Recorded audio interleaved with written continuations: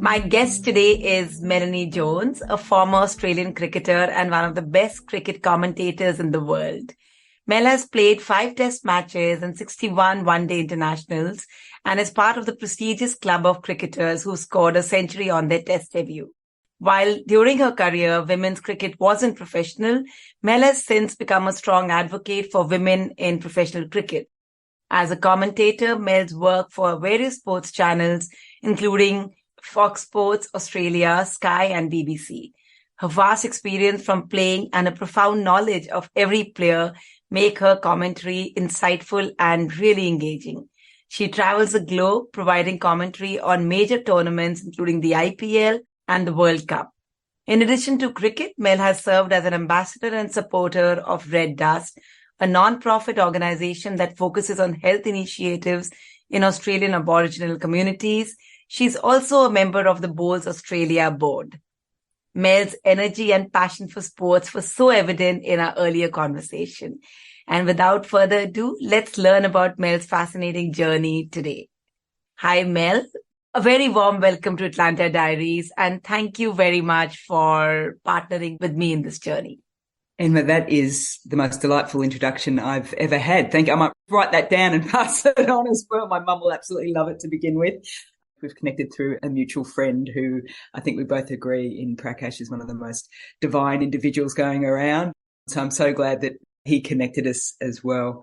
And before we get going too, and thank you for the opportunity of opening up from my side, I'd just like to acknowledge the traditional owners of the land in which I'm recording this podcast, the Gadigal people of the Eora Nation here in the city known as Sydney to most people around the world. And I'd like to pay my respect to elders past and present and acknowledge any Aboriginal Torres Strait Islander people who might be listening in today, but also any Native Americans who are listening in as well. That is so beautiful, Mel. That says a lot about the amazing work you're doing otherwise.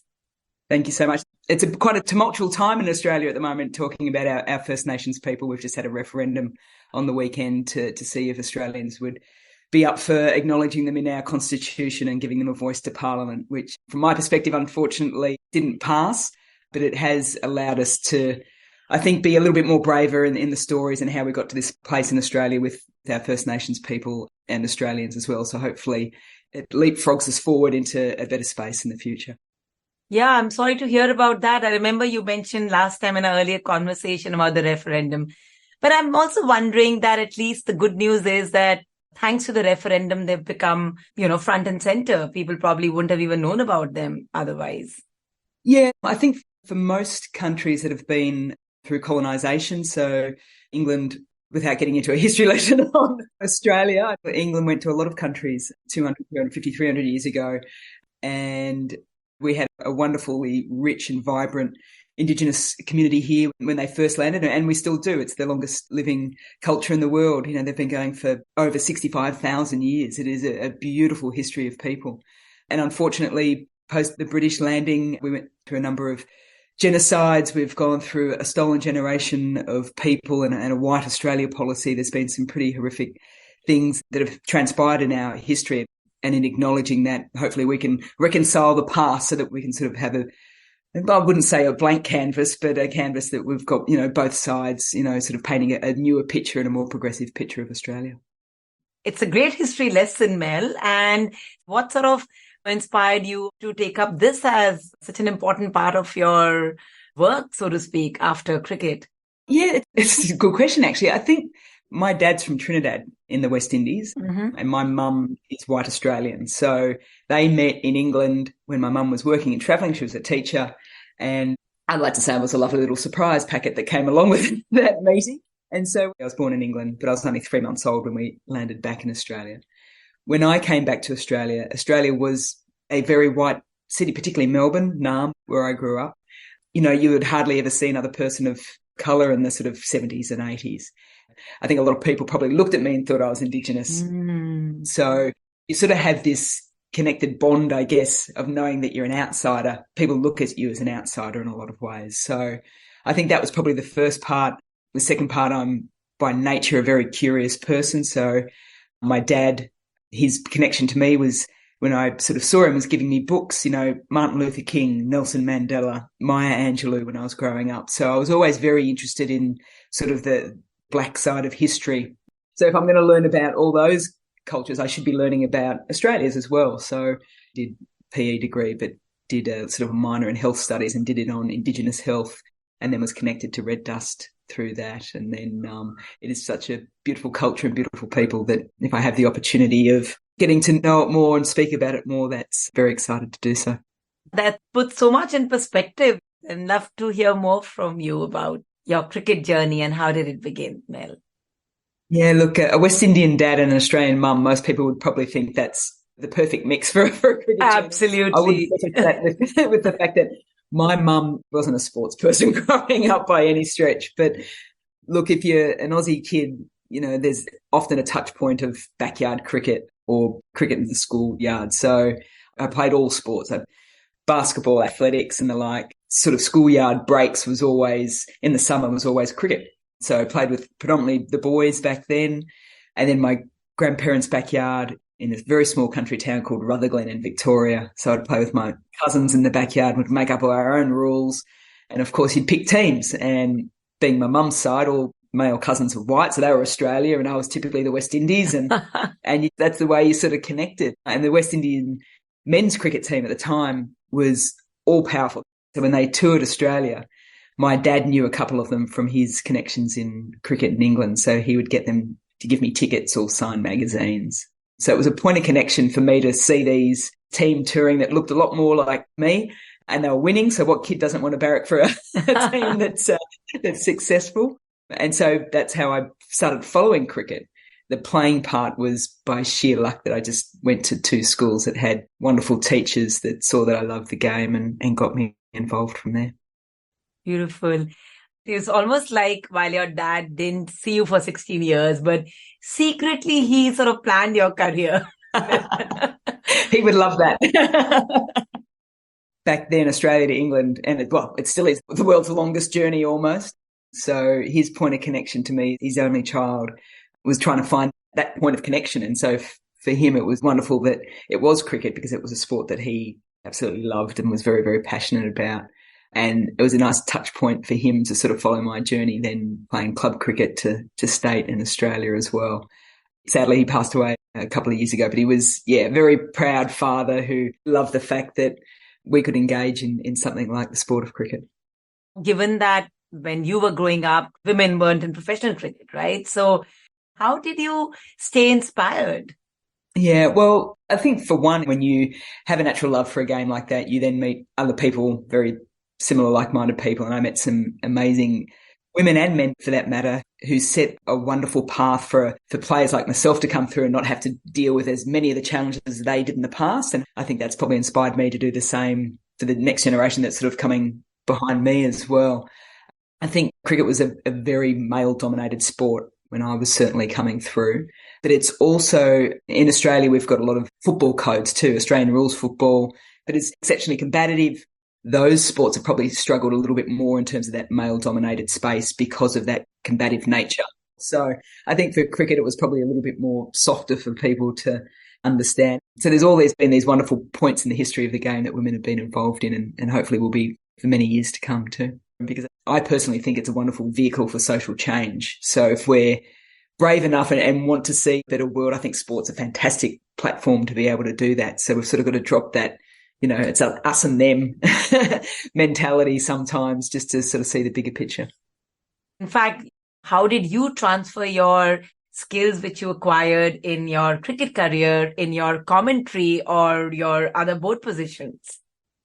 Yeah, it's an interesting one because I know particularly within the sport of cricket, it's sort of a touch point. A lot of Commonwealth countries, but right across the subcontinent, so from Pakistan to India and Bangladesh through to South Africa and the likes, there are a variety of different cultures that play the sport, but a lot of those cultures still have a very strong piece on education for kids. And so that, I'll often hear we don't want our daughter or son playing sport or playing cricket because it's going to take away from time spent in their educational setup. And I get that to a certain degree, but what I also think is that balance is probably one of the most important values and aspects of life. And if you can have a balance of being engaged in sport, what you learn from that sporting environment is a skill set that actually advances your ability, whether it's in the school education system or in work. I look back on my sporting career, you think of things like teamwork and resilience and courage and communication, how you can communicate with them, how you can help elevate them, even though that you might clash for the majority of your times. The amount of teams I've played in where you don't get on with people, which is the work environment so many times. And all those skills that you don't realize at the time playing sport, you then are transferring into your relationships, whether it's at home or at school or in the workforce. And that's probably the piece of the puzzle. I mean, they say sport's healthy. The way I get up in the morning, I'm not too sure about that sometimes, but also all the health benefits as well, which we sort of know a little bit more about. But if I could say to parents out reducing their children's time in the sporting arena and sporting fields, just to think about those things, because they're lifelong skills that you'll use right throughout your work career or your social career. You know, what struck me is when you said you don't get along with people, but yet you have to play with them. Yeah. Any anecdotes come to your mind when you had to make peace or make do with a difficult team player, and in the end you sort of complimented each other? And did you resolve it? Did you address it? Or did you just ignore the person you didn't like? So I'd love to hear more about it. Yeah, would have loved to have ignored them, but you can't, because you're traveling with them, you're training with them, you're playing with them. And at the end of the day, you need to be able to step back. And so for me, whether it was I was playing club cricket or state or for Australia, particularly around Australian big tour events like World Cups or Ashes, is that there's a common goal, right, isn't there? Right. And that common goal is success. So if that's your common goal, to ignore someone in that piece of the puzzle means that you're not going to complete the puzzle. And all of a sudden you've got this wonderful picture, but the corner piece is gone, or the middle piece that's got the cup in it, or however you want to sort of phrase it without paraphrasing Brené Brown too much. But you got to lean into it, don't you? Yeah. You've got to find a way when you step into that arena, and they know that you've got your back and vice versa. And so for the sport like cricket, you know, I could be batting with someone who I don't particularly get on with at the other end, but I know equally I need them. I need them to understand my game and what I'm thinking. Well, now, at the end of the day, you can walk away and you hit the change rooms, and then you can go off to your own rooms and go have dinner with different people and all those sorts of things. But there needs to be a bravery for you to face that. Maybe understand a little bit of the why you don't connect, you clash, but there needs to be that bravery from the individuals, but also from the other teammates and coaches to understand where those clashes are as well, because they can also lean into that situation and assist at different times as well. So the best teams do that, whether it's unconsciously or consciously. I love the word bravery. And of course, Brené Brown is my favorite. There's nothing like vulnerability, right? So I'm so glad you brought this up. Yeah. Yeah. So any anecdotes come to your mind when you showed bravery?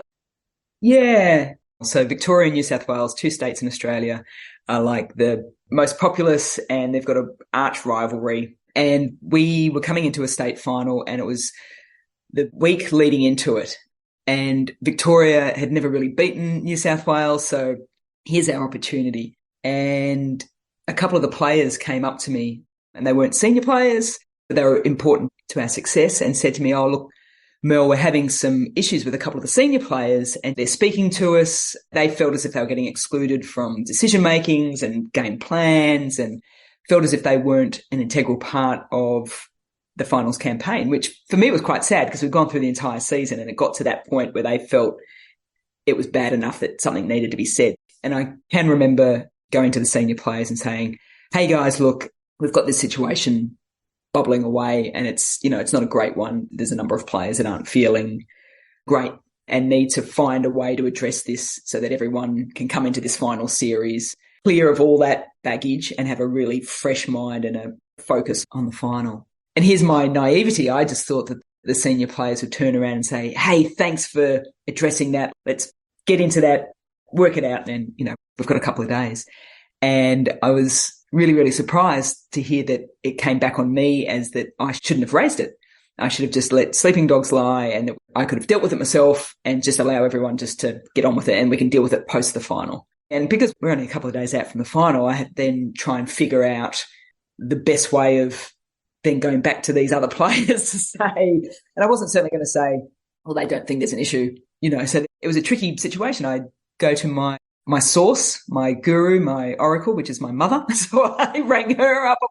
I'm like, what am I going to do? I spoke to another friend who's in the sport but with us in another state just to try and bounce a few ideas off. And then, so I had to then go back to the players, and I sort of sat on the fence a little bit, but I sort of said, look, I've spoken to the senior players. They hear you, which they did in the sense of I told them, so they've heard it, but I didn't exactly say that they've sort of shut the door on it all, and tried to be able to give an answer that they were happy enough with to say that they'd been heard. And basically that's what it was about. It was just about people knowing that they'd been heard and listened to. And so, whether or not I played that rightly or wrongly is probably another question, but things certainly did change the next season because the senior players had heard this situation. And so it was tricky. And it was one that, certainly sort of I utilise as an ability for teams to know the importance of being heard, but also acknowledging sort of those little moments where you go, that doesn't matter, when actually does it matter in the bigger scheme of things? Is there a thread of things that are weaving through that actually need to be addressed? Yeah, I love that. And the fact that you brought your mum up, what kind of an influence did she have on you? What kind of a role did she play in your journey? She's my guru, my oracle, my guiding light, I guess, in so many ways. And I think a lot of that comes from the person that she is. Mum came from a very small country town in Victoria. Look, back then there wouldn't have been 1,000 people in it. And it was a very traditional family that she grew up in. My grandparents were gorgeous, gorgeous people.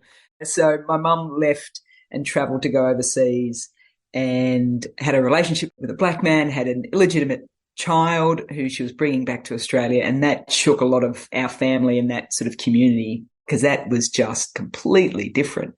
And my dad's family actually offered to raise me in England, where there was a larger black community.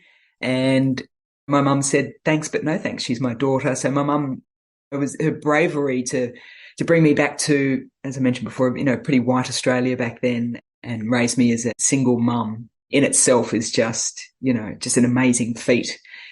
And, my mum went through teaching. She became principal at schools. So she's just very even and grounded. I can remember tossing up whether or not to give up my job as a sports agent and go into cricket commentary. And my mum just said to me, she said, Mel, remember, the cemetery's full of irreplaceable people. So she was basically saying, just put your big girl pants on. You leave, things aren't going to fall away just because you left the job. And so she's a very just even kind of person who knows me exceptionally well, which is thankfully, but just breaks things down into very simple bite-sized chunks so that you can sort of work through things. She's an absolute gem. That's so beautiful. Talk to me about those transitions from club cricket to international cricket, but then from international cricket to giving up cricket and moving to becoming a commentator. So, as a cricketer, every Aussie cricketer basically grows up wanting to play cricket for Australia. I sort of had a lot of people around me saying that I had the ability, the skill set to be able to do it if I wanted. And then it was over to me as to the work ethic and everything that you sort of put in and around that. So there was a little bit more design about, it was still a complete shock when I did get picked for Australia. I never thought it would actually transpire. And then you get dropped and you got to work your way back in and all those sorts of things. The cricket commentary was not something that I coveted at all. It was sheer chance. I knew that when I was playing cricket for Australia, you had to have a full-time job because you didn't get paid at all. So I worked in a variety of different roles. One that sort of hopefully gave me the flexibility to keep playing cricket and train and the likes, but two, with an idea that once cricket finished, I needed to have a career ready to go on with. But the commentary side of things was I actually got dropped from the Australian women's cricket team on a tour of England back in the early 2000s. And I still, to this day, thank the selector for that, because I happened to be over there working with Surrey Cricket. And it was the first time that Sky Sports and the English Cricket Board were starting to broadcast women's cricket. And they needed a commentator. They needed someone who knew the players. And I just happened to be there. So I was the right place, right time. They asked me if I wanted to do it. And I said, no, I want to commentate on a game that I want to be playing in. Like, that would just be painful and annoying. So I said no. And they said, oh, you get paid £300. And I said, well, tell me where, when and what to wear. Like I was like blown away. 300 pounds was just like, I was getting paid more than both teams ever. So I did it to basically annoy all the players to say, well, I'm getting paid for today and you aren't, like as a bit of a joke. And I can remember the day itself, I finished it and I said, I never want to do that again, because the men that were commentating felt as if commentating on a women's game was like punishment for them. And you could tell in their manner and the tone of voice, that was just an unenjoyable experience. I don't want to be in a room full of people who don't appreciate my sport and the efforts that the women have put in and don't give the same prep and build up and energy as to what they did in the men's game. So I just went, oh, well, I've tried it. There we go. And of course, I end up back in England next year playing cricket for Surrey, and another opportunity comes up and I'm like, well, 300 pounds wouldn't be too bad. So it just happened year by year. I was doing a couple of games. That was 2001. It wasn't until 2009 when the ICC took over women's cricket and had a World Cup that there was a block of 7 games in Sydney where the World Cup was at. And then there was more and more opportunities. And then it got to the point where I had to make the decision between being the agent at the sports management company and doing commentary full time. So I, chatted to mum, bit the bullet, and off I went. So what do you think was the deciding factor? I would love to say that my values and altruistic lifestyles meant that it wasn't about the money, but yes, it was about the money. It pays a whole lot more than what my job was paying. And you've got to remember too, having never been paid to play cricket for Australia, we all finished our careers with what we call in Australia no superannuation. Our financial status was probably of someone who was, 20 years of age leaving university rather than someone who'd been a work industry for 20 years kind of thing. So there was a stability piece and a financial piece about it, but it wasn't the main thing. A lot of the decision making around that was a female voice in a basically still a very male dominated area. There was the opportunity of hopefully being at the table in terms of, a variety of different media and national boards to be able to voice the concerns or the wants or the desires of women in the sport and allow the people who had the decisions at that time to have a broader aspect of where the women's game was at and how it and the men's game probably can be better. There was conversations about language. Language is a very important piece to me, particularly within the media space, about how we can make it a little bit more gender neutral. Yeah. Having a female on comms certainly changed and opened up a lot of eyes, and, that was quite confrontational to a lot of people who've been in men's cricket for so long. But the fact that I can get in there and talk to the piece about, we don't say batsman anymore because there are women in the game and women don't identify as men naturally. So we talk about the batter at the crease, and that still irks a lot of people in the cricket world. And so the ability to challenge that a little bit more to make sport more gender neutral was a wonderful little challenge for me as well. And I'm a traveller, so it meant I travelled the world. Like I was living my dream, and please, it was a pretty easy decision to make. You just said that you were barely paid as a cricketer. What does that mean? It meant that I did not earn 1 cent being an Australian cricketer. Actually, 1997, we won the first World Cup that I was involved in, and we won the final at Eden Gardens in Kolkata, one of the most iconic grounds going around. And at the end of the game, we came up on stage, got the trophy, and then we got the big cardboard check. And we got so excited because that had never happened before and had all these zeros on it. And we're getting really excited. And then we forgot it was in rupees. So by the time we converted it to Australian dollars, I think we had enough to buy about 6 bottles of champagne and pay for some phone calls home and all that, and which we laugh about, but we still were facing a bill when we returned from that World Cup. And there was a publican in Bendigo, a small country town here in Australia. He heard about this and went, well, that's just ridiculous, and wiped the bill for us. I think he chipped in 40,000 Aussie dollars so that we didn't have to pay. So that was 97. 2005, we won our next World Cup, 50 over World Cup. And I got taxed on the prize money. So we didn't get paid to go over. We lost money for taking time off work and all that sort of stuff, but we did get prize money. And after tax, I think it was $385.78 or something along those lines. So that was the only amount of money I ever got paid to play for Australia. Wow. And is that the same for men's cricket as well? At the same time, no. So 97 we won, 98 the Aussie men won in England. And I think just the prize money then was, I think it was verging on 3 mil. They also had full-time Australian contracts. I mean, it's shifted exponentially in that time. I look at Cricket Australia now chipped in the additional money required so that when the Australian women's team wins a World Cup, it is the same prize money as the Australian men's team. International events now is up to about 4 million for the women winning World Cup. So that's changed, and the contracts per country is shifting as well. And it's getting better and better all the time. It's still not to the same level as the men, but the world is changing. So Mel, what then kept you going? That means it was just pure love for cricket? Yeah. I was living the dream, and I've met some amazing people through this sport, men and women who I love dearly, and you love being in their presence because they challenge you daily. They see things, and cricket's a wonderful sport because it's a global sport that you have these fantastic conversations about life in Islamabad to life, in Port of Spain in Trinidad to Johannesburg, and you get to see the world a different way. That's a lovely place to be in. We've just had the FIFA Women's World Cup football here in Australia.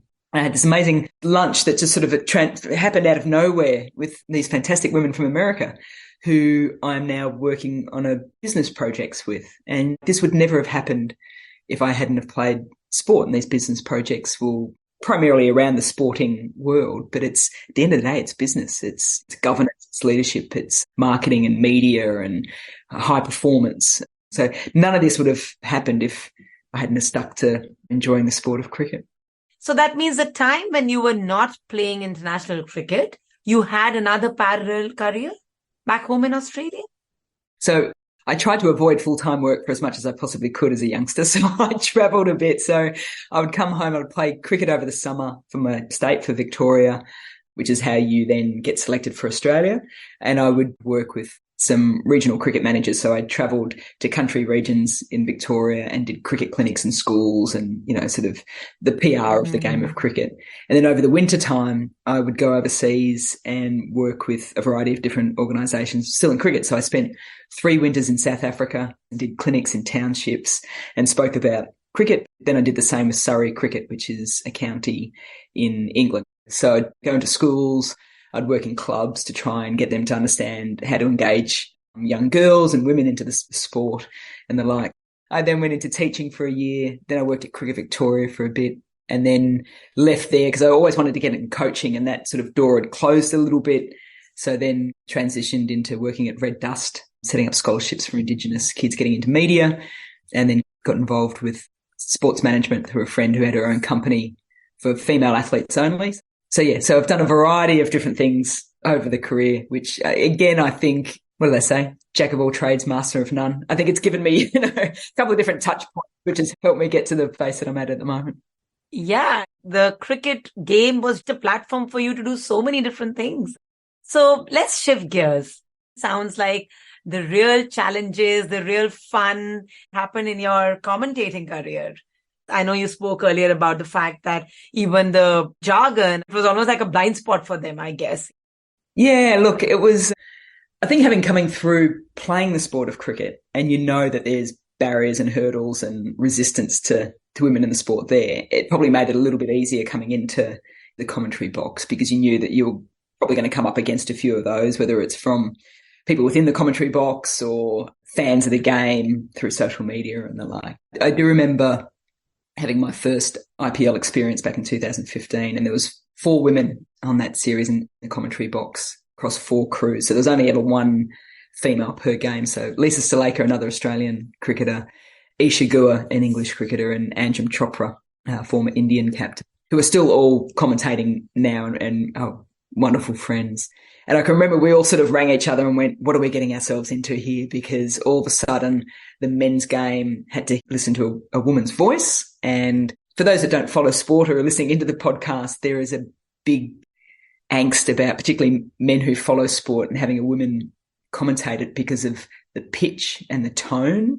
And a lot of women at the back end of sentences tend to inflect up, which makes it all higher.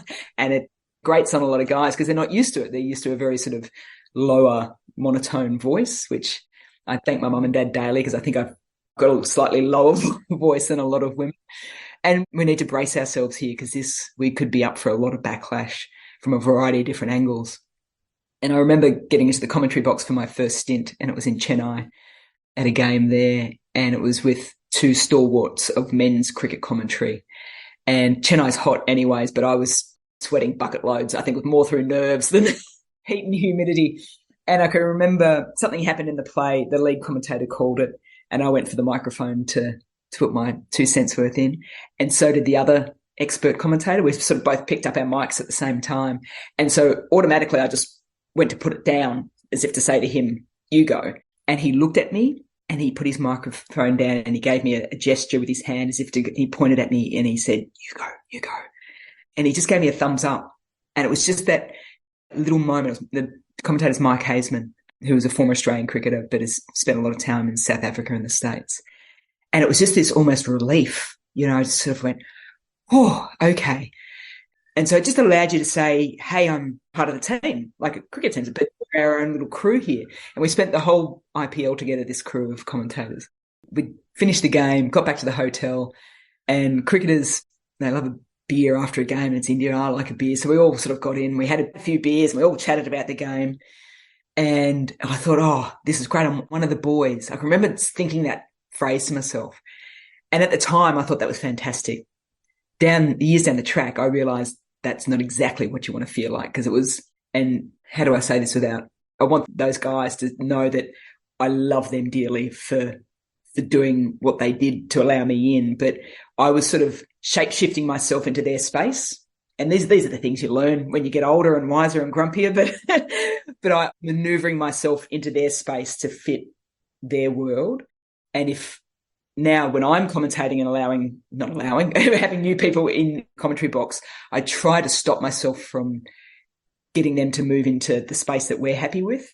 We need to be really, this is word brave again, to know that sense of belonging doesn't come from us allowing them into our space, but us saying, how do we need to shift our commentary box or our piece so that everyone feels comfortable in their own space and just to front up being them. Now, if that's them not drinking beer after a game, let's offer a lovely chai or a sparkling water or something along those lines so that we're just being as welcoming as we possibly can without sort of shifting the enjoyment for everybody.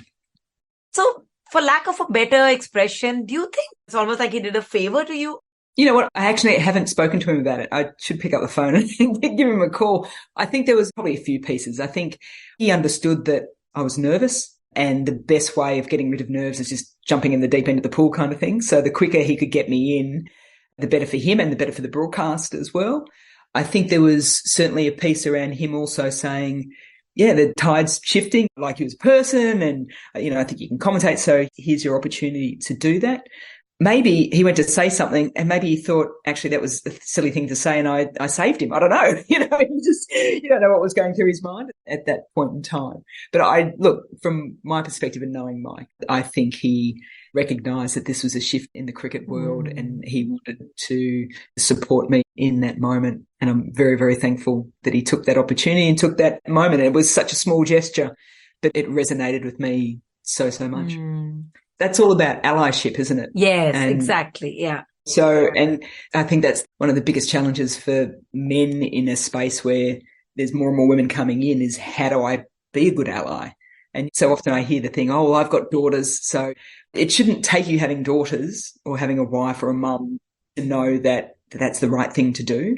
So that allyship is just recognising moments where you can step in and not only recognising them, but actioning it as well and not being fearful of backlash from other men or from other groups and just saying, no, I'm going to hold my space so that I can allow this woman, this non-binary person to hold their space as well. Right. What about the fact that you earlier mentioned that simple thing like saying batsman versus saying batter, right? Can you share any wins, so to speak, or any changes which you were able to make by your being a woman commentator in the entire pool? A young girl went into a cricket store, and I heard this a lot, but wasn't commentating at the time, so could never really shift things. Maybe this is why it is so important to me. But a young girl wrote a letter to Kookaburra cricket equipment. So Kookaburra is one of the major suppliers of bats and pads and protective equipment in the game. She went into the store to buy some cricket equipment for her to wear as a girl, and she said there was nothing for me to buy because when she looked at the terminology on all the equipment, it was boys. The sizing was boys and men. And she said there was nothing for girls and women. And so in her mind, the game of cricket wasn't for girls and women. It was just for boys and men. Because they'd never really thought about it, because that terminology had been in since day dot. So they actually now have changed all their terminology for the sizing of the equipment to youth. And just that little simple change. I think a lot of that has stemmed from the fact that we're trying to be a little bit more gender neutral on the commentary, is that it makes people question other sorts of things. And that makes a massive difference because that sense of belonging that we've spoken about. And if young girls don't feel as if they belong in the sport of cricket, they'll go off and play another sport. So did you encounter any racial discrimination during your journey in cricket or now as a commentator?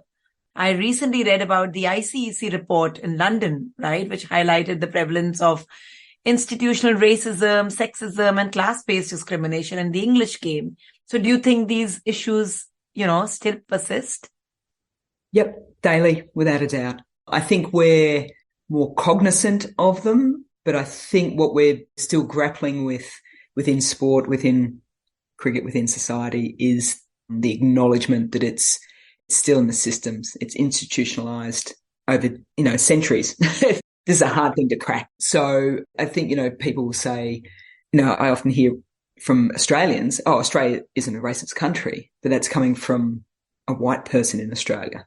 They don't stop and say, do you think Australia is a racist country? And I don't think they ask that because I don't think they're not going to like the answer. And not just Australia, a lot of countries I go to struggling with racism, whether it's a blatant racist call straight to your face or whether it is just the way in which people behave. But I would get once a week, once a fortnight, people coming up to me saying, oh, you lucky thing, you've been on a holiday, you've got a great tan. They don't see me as a woman of colour. And whether that's how I speak or how I present myself, but they don't see me as a woman of colour, which is I clearly am. And if I could read out the direct messages I got on my Instagram and Twitter feeds, they were horrendous. And it was so much of it was based on colour, to the point where I actually had to bring my mum up and tell her maybe not go down to the main street of the country town where she lived and things like that. Like it got to that point, and it got to the point where I actually had Victorian police contact Cricket Australia and say, we've got someone who is threatening Mel to a point where she needs to get off social media because we're concerned for her safety kind of thing. And I could have taken that to court. So, elevate to that level very, very quickly. And so then your life changes straight away. You're not being your genuine happy outwardly self because you're concerned about people knowing where you live, how that affects your immediate family and your friends. You can't just be in the moment. It's something you need to protect yourself in and be aware of because it's draining to deal with that piece. It gets to a point sometimes where you're the only person of colour in the room having to always fight and get people to understand all the time. And it can really drag you down because you're fighting all the time. And I hate to say I'm a lover, not a fighter, but you feel as if you're always having to front up and be the person to try and get people to understand. This needs a lot of mental strength. So what's the toolkit which keeps you going? Yeah, the toolkit is expanding quite a bit.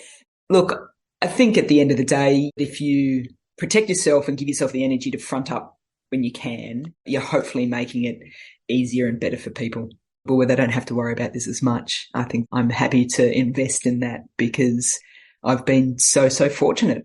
I hate to say I'm lucky because I think at the end of the day, you create your own luck. So I've invested in being curious. I've invested in a uni degree or education and conversations with people that I don't agree with. So yeah, the more time you invest in those sorts of things, I think allows you the chance to benefit from opportunities. So it's not a luck thing. I don't know. I think it's back to my mum and my dad and my friends who are happy, healthy people. And that part of that is privilege of just the space in which we're born in. And a lot of people don't have that. So if I can help make other people's lives a little bit easier, I'm happy to do so. You're literally willing to take all this BS, for lack of a better word, just so that you can leave the world a better place for your having lived.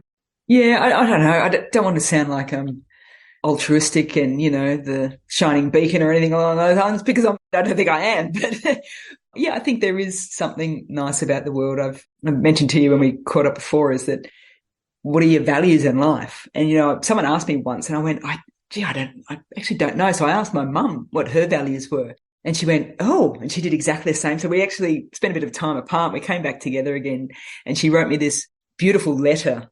I was never one that wanted to get a tattoo by any stretch of the imagination, because I never was passionate enough about something.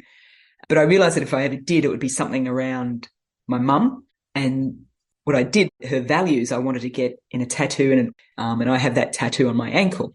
She came up with respect, balance, love and hope. And I've still got the letter of where she actually describes and breaks down each one of those 4 values.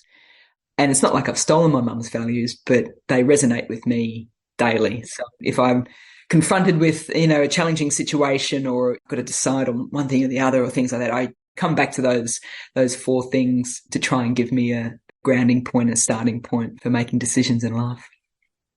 That's beautiful. I can only visualize how she must have spoken to you. This all sounds really heartwarming. Yeah.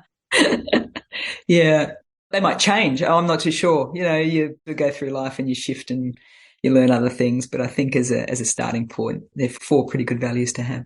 I'd love to hear what's consuming you now and what's keeping you occupied. So my cycle goes Australian summer into the Women's Premier League, which is the equivalent of the IPL in India now, which started up this year, which is a magnificent event and will change the space of women's sport and cricket exponentially over the next few years.